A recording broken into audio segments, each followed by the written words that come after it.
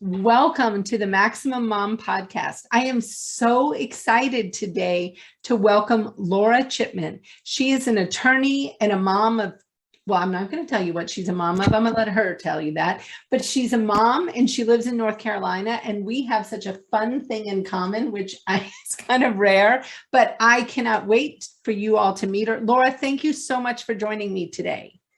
Thank you, Elise. I am overjoyed to be with you. We're going to have so much fun. Yeah, I'm so excited. Okay, first, because I didn't tell. You tell us, who makes you a mom? Yes, so I'm a mom to two wonderful little boys, Finley and Milo. They are 6 years old and almost 5, 18 months apart. Wow. You have your hands full. Those are some active years you've got going on right now. Yes, there's a lot of activity in our house, but I have to say, for the other moms of young children who are listening, it has gotten so much easier. So I remember those very early years, 18 months apart. It was so much work. We were just all in with babies, but we've turned this corner now that they're older and they love to play together, and it's just gotten a lot easier as they've gained independence. So I want to offer that little moment of optimism for the moms listening. That's awesome. I agree. Mine were super close together. I think I had 4 kids in 6 years or 6.5. So they were pretty scrunched together. I loved it though, because they did play together well and they enjoyed each other's company, and it just kind of made things easier, I found. So, I felt like I was me and my little 4 ducks wherever I was going. And so it just was That's adorable. And we read Make Way for Ducklings, and I joke about that all the time. A classic children's book, and I call them my little ducklings sometimes as we're trotting around. Ours too, like, come on, little ducklings, here we go. It's cute. Look, I don't know if you can see, I have this adorable card, but it only has 5 ducklings. And now, since I have 2 stepchildren, I needed 6 ducklings. So I've been waiting for the perfect family to send this card to. That's adorable. Yes. Well, I only have 2 ducklings, but we are certainly having a great time. That is awesome. Well, tell us a little bit about what you do. Tell us about your legal practice. I know you have a robust legal practice, but also about the coaching work you do with other attorneys. Yeah, thank you, Elise. So as you said, I'm a life coach to women lawyers, and it's a passion project for me that began well before the pandemic, but has sort of materialized now as a business that's very close to my heart. And I'm so excited to have the chance to work one-on-one with women, also in a group setting for law firms and organizations to help support women who are finding their way, showing up the way they want and being courageous and authentic as lawyers, which can be really challenging for all the reasons that you know well. And particularly for moms who are trying to balance everything on their plates, right? As a lawyer, I'm in-house. I focus on privacy and marketing, and I've been doing that work for more than 10 years now. It's a privilege to do it because it's really exciting. I'm learning something new every day in my practice. And I'm very focused on finding practical solutions in these areas, right? Things are happening fast. There are a lot of changes in the market as well as in the regulatory sphere. And so I want to help sort of adapt and help my clients be creative so they can keep up to pace. That is awesome. Well, in all likelihood, a lot of what we talk about today will kind of be around your coaching work, because I think I am most interested in learning more about how do you help women really focus on what matters to them and kind of aligning their values to that. Yeah, thank you so much. It's a critical question. And I think I often say that, my ideal client, the person I want to work with, has that moment where they realize maybe there's a little bit more, right? We've been following a syllabus for a really long time, even if it's continuing well beyond school. And now you're in a law firm setting and someone else is writing the rules for what you should do next and what kind of cases you should have and how you should perform in them and how you should show up and the way that you should posture yourself in negotiation and all of those things, all the models that we're trying to follow. And I think a lot of women have a moment, whether it's early or late in their careers, where they say, wait a minute, I didn't choose this.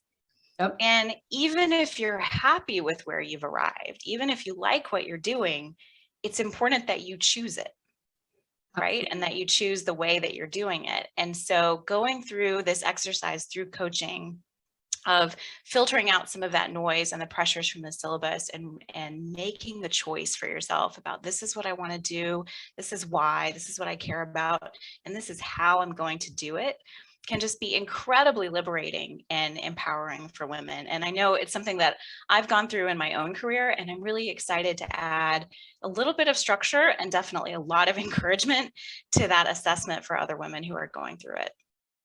I mean, I can't tell you how much that speaks to me as somebody who is, older and older in my career, but started a law firm older. So my law firm is 6 years old.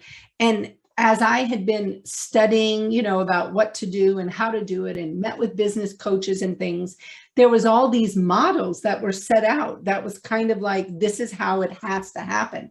And I have bucked every single one of those models. And literally I end up like letting go of coaches because I'm like tired of battling this thing. And finally in the pandemic, I mean, this is how long it has taken me. And I'm like, I don't know, probably 50 something, 53, I think now. It took me till the pandemic when I realized, wait a minute. I mean, I run this law firm. I can decide how I want to be, what kind of leader I want to be, what kind of business owner do I want to be, what kind of employer do I want to be.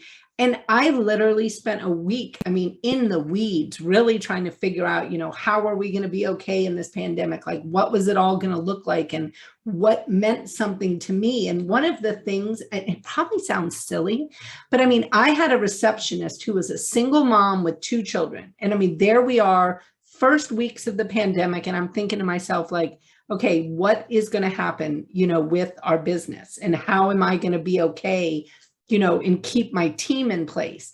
And I went through all this modeling and just came to the revelation after like 43 whiteboards. I was like, of course, everybody's going to be okay. And I am no more allowing my single mom receptionist with her 2 children to lose a job at the beginning of a pandemic. I literally went to my son and I was like, I know you're in private school, and you're about to be a senior, but you might be going to the local public school because I am not paying your tuition over her having a job. Like, that was something for me when I think of values that really mattered to me. And my son totally got it. He was like, well, of course. I mean, I'll be fine.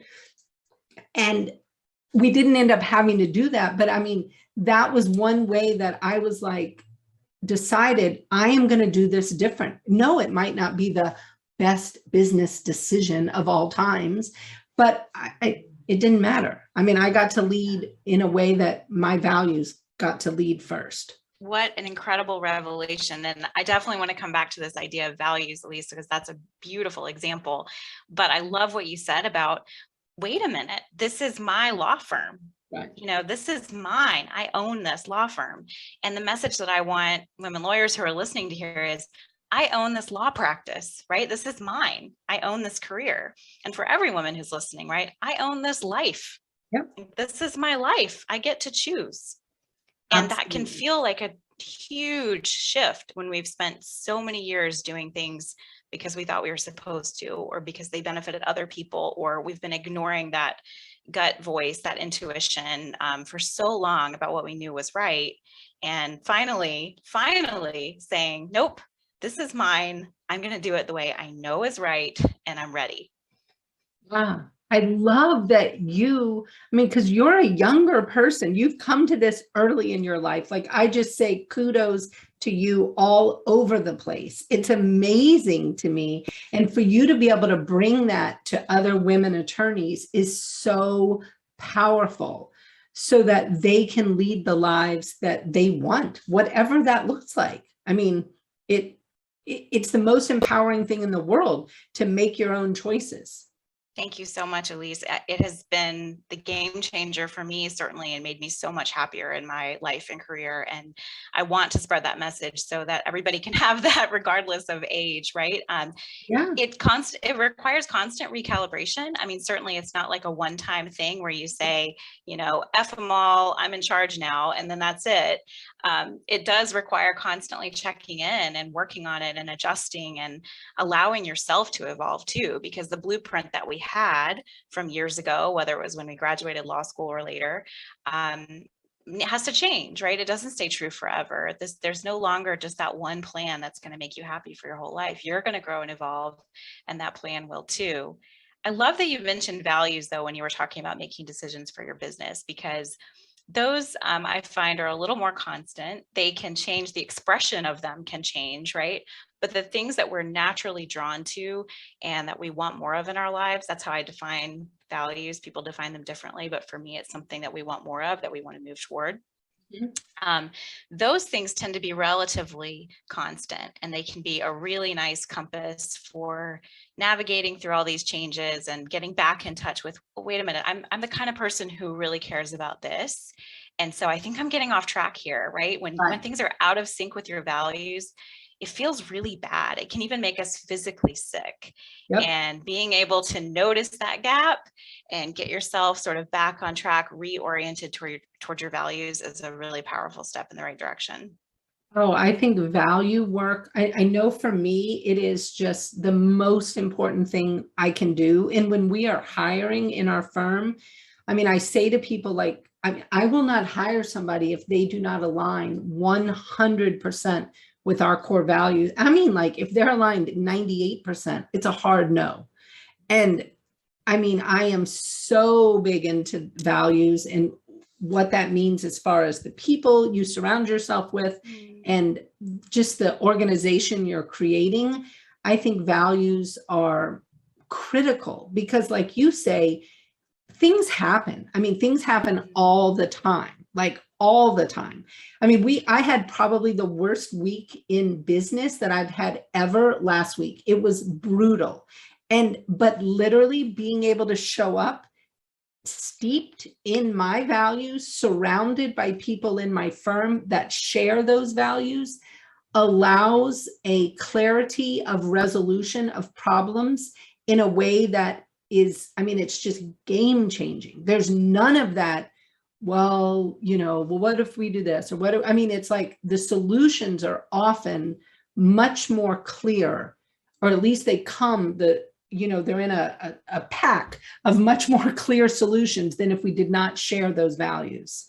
I completely agree. And I remember a few years ago when I was doing all this work for myself, saying to a friend, I want to be so clear that my decisions feel effortless, right? Yep. Which is definitely an extreme sort of expression of what we're talking about. I wouldn't expect anybody to get to that place. But for me, that's what I knew was possible. It's like, if you could be so clear Yep. on what matters and the way you want to be and the way you do things, that it would be effortless, right? To move through all of that. We get so clouded and we get so worked up with what we should do and all of the noise that's coming at us from everywhere. The pressures in our careers and the demands on moms, either from our kids or from other people, and our comparison and our confusion about what we want to be in this world in general. It can be so noisy that it is really hard to find that clarity. And one of the benefits, I think, of coaching is having someone to help you filter that out and really question, is that coming from you? Is that coming from that truer, deeper source in your body? Or is that coming from externally? And if so, do you want to keep it? Because you don't have to keep it if it's external, right? We're stewarding what we have, but then we get to decide what else comes in. Oh, it's so true. My gosh, I feel like I could talk to you for days. I mean, I think of it in this way of, I mean, this might really sound silly. Like I used to be that person that would watch like Law and Order, SVU, and that was my way of quote unquote relaxing. What was I thinking? That is not very relaxing, at least for me. And so once I literally started kind of culling my environment, I mean, to the point of like TV shows, magazines, books, I mean, people I would be around, I mean, really started culling my environment towards a joyful, where the things that I was letting in were joyful. I tend to be a super optimistic, happy, I love the positive side of things. And filling my head with all this negativity was just not helpful to me at all. I'm the same way. I'm very limited in the news that I consume. For example, my husband teases me because I won't even know like if there's a hurricane coming, because I just limit so much of that input. But it's true. I've done everything I can to protect the parts of myself that I think are really important and that I think are really strong. And that requires a little bit of sheltering sometimes.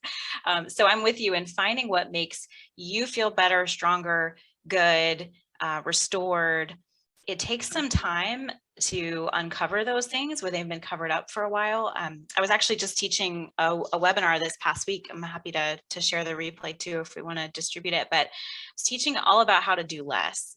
And one of the things that I talked about was how it can be difficult to remember the things that restore us, that make us feel better, the things that we want to do when we've been ignoring them for so long. And I know for a lot of professional women, they can't remember what they like to do. Like if you ask a woman lawyer, what does she enjoy? She'll tell you what she's good at, which is not the same thing, right? So it takes a lot of work. Yeah, it takes a lot of work and getting back to really simple basics to figure out what you even like.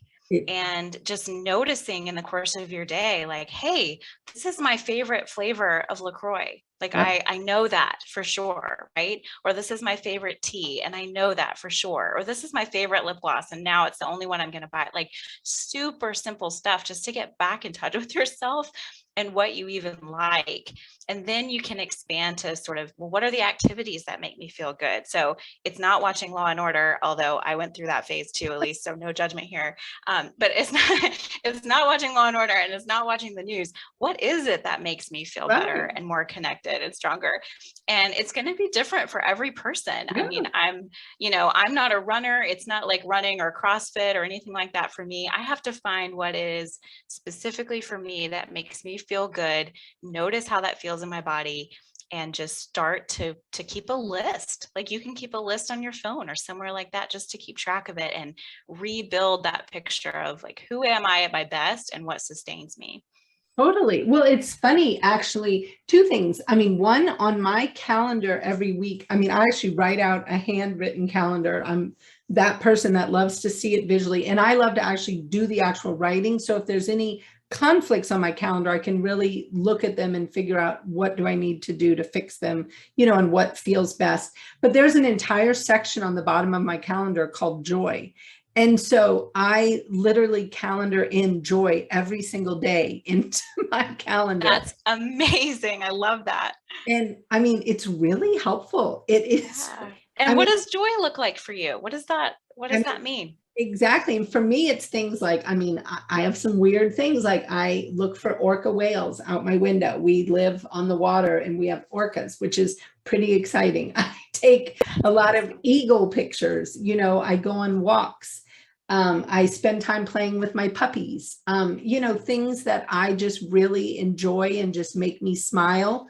Those are the things that I will put on my calendar and I will do them. And it's been kind of game changing to actually pay as much attention to my joy as I do to all the busyness on my calendar.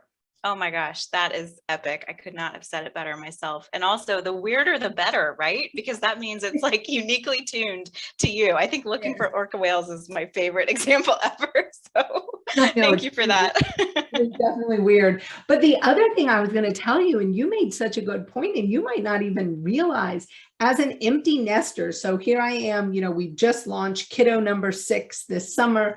And when we came home and it was time to start grocery shopping and cooking dinner, I was like, what do I even want to eat for dinner? I have not considered my own dietary needs and wants first since I was in college, I think.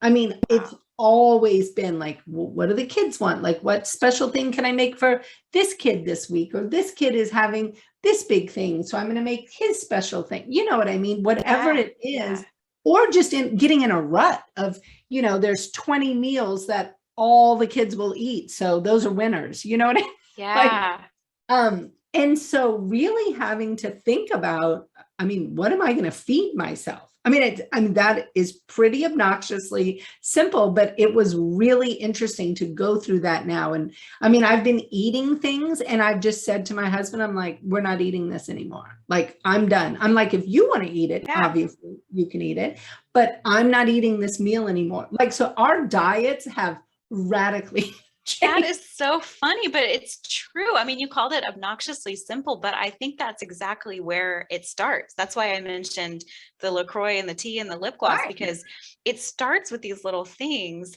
and it gains momentum. It helps us recognize ourselves again. And then it gets a little easier in the more complicated situations or the more pressurized situations. It gets a little easier to say, no, hold on, this isn't right. This isn't how I want to do it. I'm going to do it this way. And I'm more comfortable expressing that preference now. And I'm, more comfortable listening to that voice in my body now. And it builds on itself in a really doable way. But I think a lot of women expect to just go straight to the full-blown examples of, I'm going to quit the law firm and I'm going to do my own thing. And if you want to quit your job and move to Fiji, like, I'm always the first person who's going to cheer for you, like, if you're ready for that. But if that feels impossible, you got to start with something smaller and work your way up back to a joyful life and practice. I just love that. Well, tell me a little bit about when you're working with attorneys. I mean, what is that actually looking like day to day? I mean, are they doing the one-on-one work with you? Do they do groups? I mean, what does that look like? And how did you become this? Like, I'm always fascinated by, because you've really taken a whole separate turn to your work. I mean, your work as a lawyer and then your work as a coach, they are not the same. Thank you. Yeah, it is its own distinct business. I have an LLC and everything's set up. I've got a website and a business model, and I pay close attention to that to keep it structured. I'm also very disciplined in the time that I devote to my side hustle. Obviously, I take it very seriously that I've got my work responsibilities and my family responsibilities. So I've built my business in about an hour a day since I started in earnest, right? And that hour might be spent on a call with a coaching client, right? Spending an hour together virtually. It might be spent creating some content. I'm sure you and many of your listeners will know that I'm really active on LinkedIn. So I might be creating content there and sharing that, developing content for a webinar or a workshop, things like that. But I'm very disciplined with that time investment so that it will be manageable and so that the growth will continue to be organic and steady, right? So by giving it that hour a day, it's made it feel really manageable for me. Yeah, thank you. As a practical matter, the structure of the business normally looks like one-on-one coaching packages. And I'm really flexible because I understand the demands that women are under.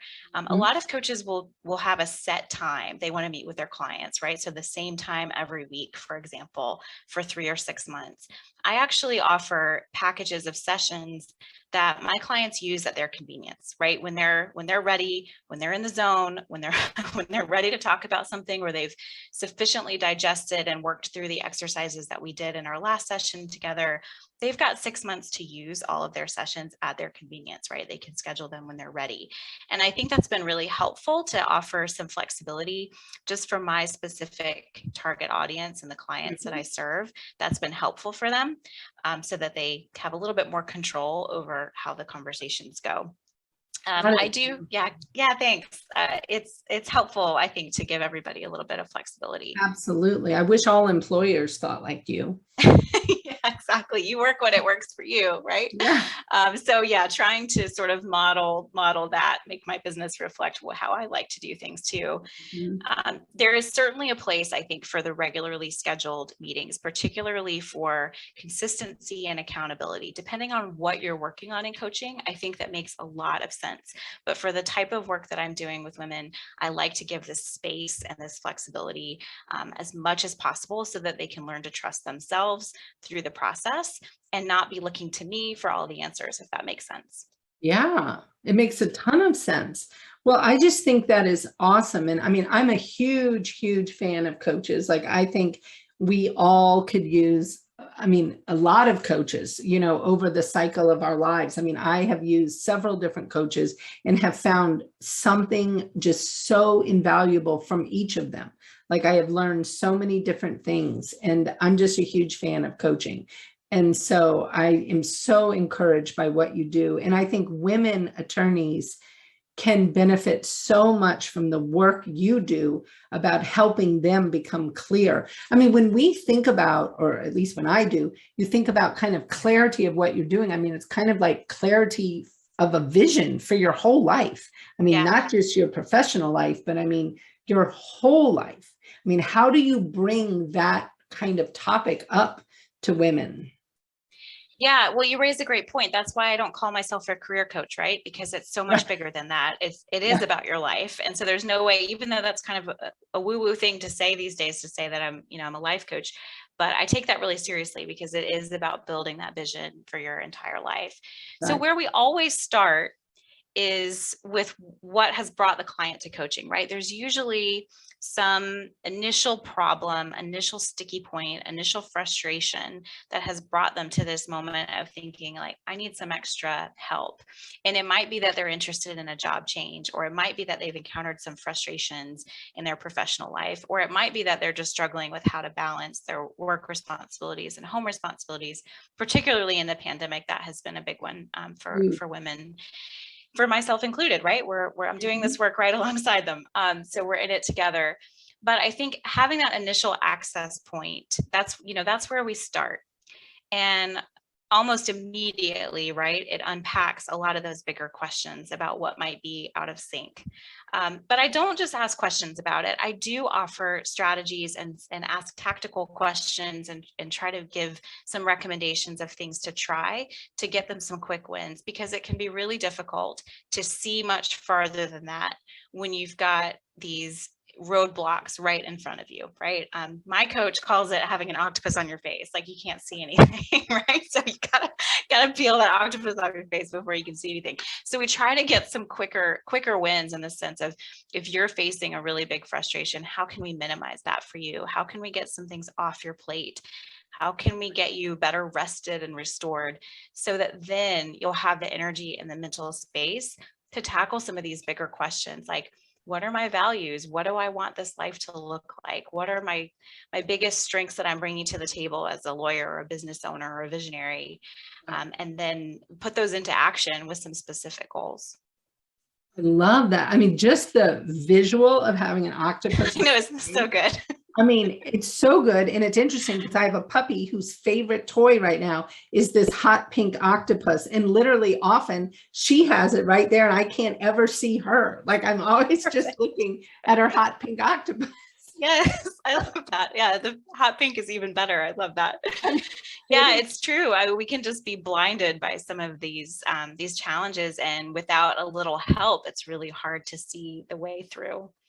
Well, it's interesting. I mean, I don't consider myself super woo-woo, like in the big picture of woo-woo, but I have to tell you, I started doing a vision board every year. I think I'm actually looking at them right now, I guess in 2019.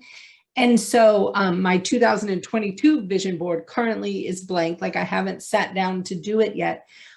But it has been really game changing to me to really sit down. And I mean, I do it over several days, sometimes several weeks. And I really spend a lot of time thinking about my vision board and what it is I want to accomplish, what it is I want my life to look like, what kind of words, mean something to me, like what things, like if I could look back on that year, what would feel like it was a successful year. And Yes. it is powerful, I have to tell you. I mean, there are many people who come here, to our home where we are, which is also where my home office is, and they see my vision boards, and it's kind of stunning how much they've all come to be. I mean, Yeah. like even on my 2019 vision board, I mean, one of the big pictures I have is of this waterfront property and of this person out kayaking, and literally like, that is where I live now, and that is what I do in my spare time as I hop in a kayak and try to chase seals around my cove. And it's wild to me sometimes how being intentional about our vision really can make a difference in watching that vision come to life. Yeah, it's true. And for skeptics, the key is in what you just said. It's the intention about Right. the vision, right? I think some people get turned off by thinking, well, like, you have a vision board and then it just comes true out of thin air. No, it's not. It's that you're training yourself to make room for those things and to create those things and focus those things. It's an exercise for you. You're creating pathways by seeing it in a new way. I also have a vision board, which I can see right, right behind the camera right here. And it's very large because I cram a lot of things in. I love doing it because of that. It's fun. It helps me notice possibilities. I joke with my husband. We haven't had a dog in several years since our dog passed away. And somehow a dog ended up on my vision board for this year. I was like, I told him, I guess we're getting a dog this year. We'll see what happens. But I, for people who are not ready to go there, they're, they don't want to do the stack of magazines or the Pinterest board. It just, doesn't feel accessible. You raised a really good point about what kind of words will resonate, right? And what feels powerful. And so if a true vision board doesn't feel accessible to people, I think that's totally fine. I'm a words person too, and I have a strategy that I used to let words guide the way. You mentioned, what would make it a successful year. With a lot of my clients, I have them think about, what are they missing? What do they want to create? What is that sort of guiding principle right now that they're just wishing for? And we actually make that the guidepost. So you can either choose a word for the year just to be a mantra for you, or you can actually drill down and make it what I call a thematic goal. So instead of picking a bunch of goals for 2022, you would pick a word, essentially a feeling or a state of being that you're trying to create. It might be joy, right? To use your word from earlier, right? It might be simplicity. It might be energy. It might be rest or restoration. There are tons of different choices that you can make. Reconnection, family, focus, all sorts of things. And let that be your word, and all of your other goals are going to flow from that and feed that back and forth, right? So you would pick different goals that tie to it. And it's like this constant reminder of why you're doing it. And you get less hung up on the specific measurables and the outcome, and more on that feeling that you're trying to create. So if you're trying to create connection, but you miss a particular family event, or you didn't do the one-on-one time with your kids that month, or whatever it was, that you haven't failed, because you're still moving toward this overarching goal of connection, and you might find other ways to meet that goal instead.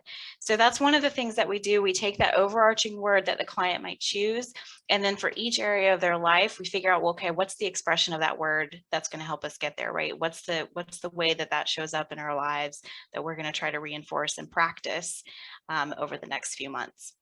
I just love that. I mean, Laura, I don't know if you offer this, but I need to hire you for my whole firm, because the thought of being able to bring this type of intentional work to my entire team just feels like it could be so powerful to the whole office to really, I mean, because, a lot of people aren't going to go and seek out a coach on their own necessarily. But if it's something we do together as a group, I could just see this as such a powerful, powerful thing for our whole office. Yeah, I'm so excited that you see that potential. I do work with organizations, and I think you're right to tap into, there's some energy that can be created when you do it together as a team. Yeah. When I've done workshops for women's groups at firms, for example, one of the benefits is creating some of that community, creating some accountability, but also a vocabulary for these things. Most of the stuff that we're talking about is not new, right? It's around, and I think a lot of people have thought about it or considered it, but being able to apply a little bit of structure again, and a lot of encouragement, and have this shared vocabulary for how do we do this and how do we talk about it. You might agree on thematic goals for your business. Like, what are we trying to create in 2022, whether it's growth or community or generosity and altruism. There could be lots of different themes that you have for your organization. And then each team member can find, well, how am I going to contribute to that overarching goal? Exactly. That's exactly, yes. I mean, I'm so excited about this. I'm going to so excited too. And let my leadership team know. I'm like, the ideas are just spinning in my head about, I just think this is amazing. I'm so excited to be able to talk to you. And then separately, you're going to have to come on my Parenting Buie podcast so we can talk about our kids' life in the woods, because that I think is so unique. We would love it. Yes, I love finding other people who I just feel so aligned with on so many levels. And I just think your work is amazing. Thank you so much, Elise. Well, and you're right about, being in the woods and raising our kids in a certain way has been wonderful for them. But I have to say, it's great for us too. So without even crossing the parenting threshold, being able to go outside. So Elise is talking about, I live out in the country, and we have acreage and a lot of fresh air, which is really wonderful. And I'm so grateful to have that space, because there's nothing like stepping outside and hearing the sounds of the birds and the wind in the trees and feeling grass under my feet. And it just completely resets and reminds me of why I'm here and what I'm supposed to do. Oh, it makes all the difference. And I, like we were talking about before this started, I mean, we had the opportunity to go live out in the woods of Georgia right after Hurricane Katrina. So, I mean, you know, it was a crazy time, us evacuating, having to restart jobs and things. And literally, we were able to put our children in this environment for 5 years of, I mean, where it was just this very different environment from what they had in New Orleans. And being able to just be, you know, and I mean, we did horseback riding, and that, I mean, was its own thing where we would go and muck stalls and brush horses, and the kids just loved it. And at the time I was homeschooling, so it was all, we could just fit everything in. And I mean, we all look at that Katrina time, not in this horrible way. I mean, it was really a time for us to really expand what we saw as valuable. And it was really life-altering for our whole family. Wow, I completely agree. And frankly, that has been my family's experience in the pandemic. You know, for all the suffering around us, we have had a really beautiful 18 months as a family. We've had the gift of this space and the privilege of the time together, and we've made the most of it being outside. And my kids have been really happy, and they've bonded, and they play in the mud and in the river and in the woods, and we go for pickup truck rides, and we do all these things together. And I'm truly grateful, because I think it's changed the course for all of us. I think it was a reopening of a lot of things that needed to be opened up, and we're very, very lucky to have that opportunity.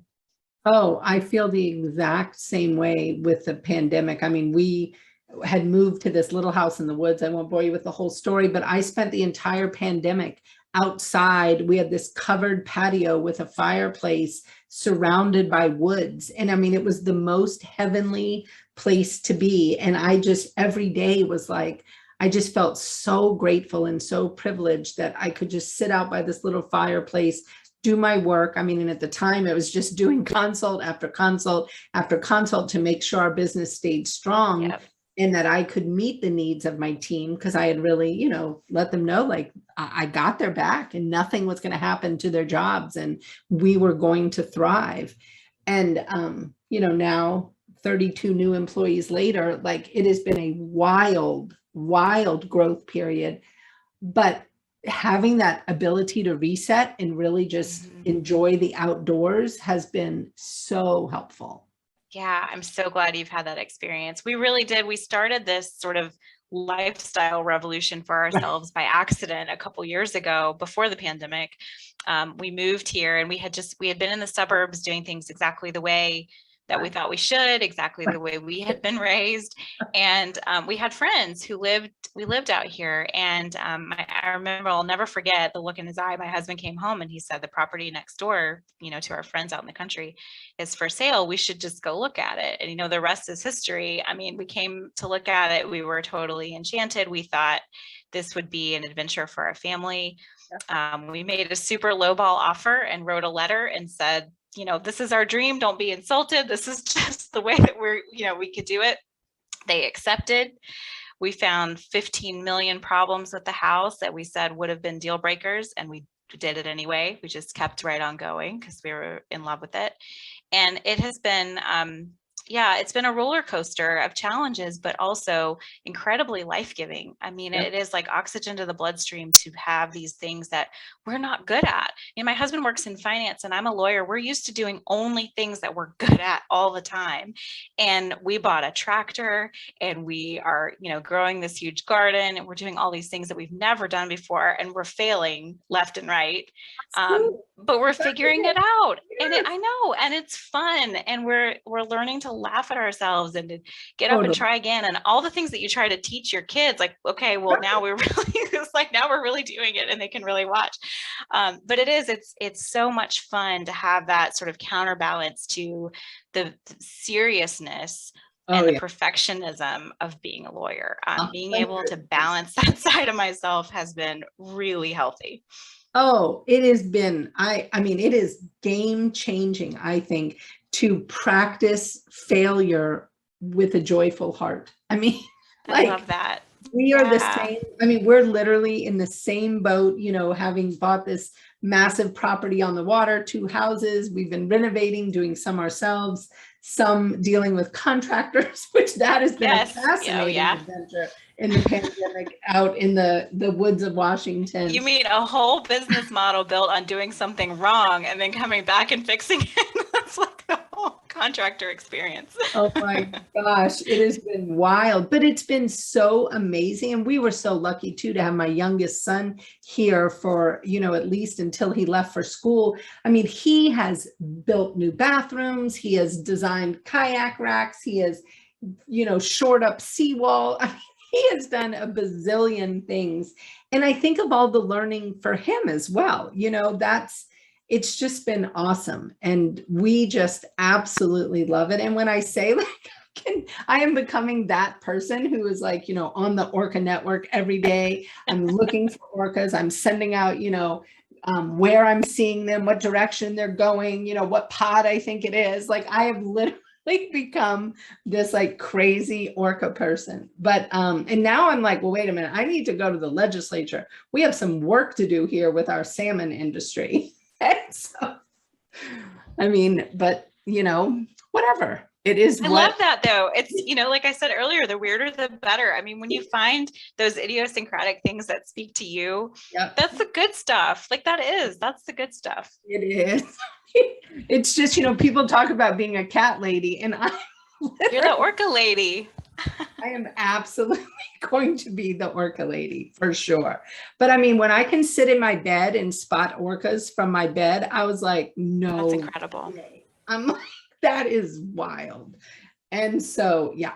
I mean, my pictures are not great now. Obviously, my husband, he's handling the picture part. He's like, obviously, I'm going to take photography. I'm like, obviously, of course you are. Like, you know what's so cool about this though is that you kind of found some of these things by accident, right? oh, yeah. And I think it does take intention though to make space for those things. And sometimes, you know, when I'm talking to women, they think, well, I don't have anything like that. I don't have a passion. I don't have what I just go to work and I'm exhausted and I go to bed. And I think it takes just making a little bit of room in your time, in your day, right? And in your brain, so that you have the space to think about those things and to daydream a little bit and be a little weird. And sometimes I give the tactical advice of giving yourself 5 to 15 minutes a day just to go down a rabbit hole, like something you're curious about, something that you like, something that's a little weird. You don't have to tell anybody about it. You know, do a little research, watch a show, listen to a true crime podcast, like whatever it is that you are into or that you're curious about, like just allow yourself to go there for a little while and just see where it leads. I mean, you never know what it's going to take you to, and it could be something really important, you know, that becomes your passion, or it could be something that just leads you to something else, or to networking with an amazing lawyer on a podcast. I mean, who knows, right? You just follow that nudge and it'll take you to the next place. Well, and I would be remiss if I do not talk about it. And people who know me and follow me on social media know I'm kind of rabid about Fair Play, the book written by Eve Rodsky, and her card game. But I mean, she has a new book coming out called Find Your Unicorn Space. And I think it comes out like December 28th. And this is exactly the entire point of Fair Play, because the whole point is time is finite. We all share the same 168 hours a week. We must balance our loads better so that we have time to find our unicorn space and find what we're interested in and what makes us happy. And so I have to encourage people to get Fair Play if you haven't read it. Join my book club if you are interested in digging more into Fair Play, and then get the Find Your Unicorn Space when it comes out. Because I think, Laura, you hit the nail on the head about giving ourselves that time to just wonder and dream and be curious and think about it. I mean, I have gone through gardening this year. Like I mean, I can't even tell you the number of flowers I planted, and I mean, created this amazing flower garden. I don't know anything about gardening. I don't know the names of half my plants, but they were amazing and beautiful and brought me so much joy. And for me, when you talk about that, give yourself that 10 to 15 minutes of time, that is exactly that joy time on your calendar. And it can be, I mean, mine is growing and growing. Like I'm way beyond 10 or 15 minutes now, but it started as that. Yeah, exactly. And make that time for yourself and you'll be stunned at what comes up for you. Because I think so many of us, and especially moms and lawyers, we have lost track of what makes us interesting. We're not even interested in ourselves anymore because we've gotten kind of boring, all focused on work and taking care of our families. And we forget what makes us personally interested and interesting. Yeah, it's so true. And I love that. So now we have lots of options for people scheduling this time in their calendars, right? You can put it as joy, put it as weird, put it as unicorn, or like whatever it takes to get your attention on your calendar. But giving yourself that time is where it starts, even if you have no idea what you're going to do with that space. Absolutely. Laura, I cannot tell you how much I have appreciated your time today and you sharing what you do.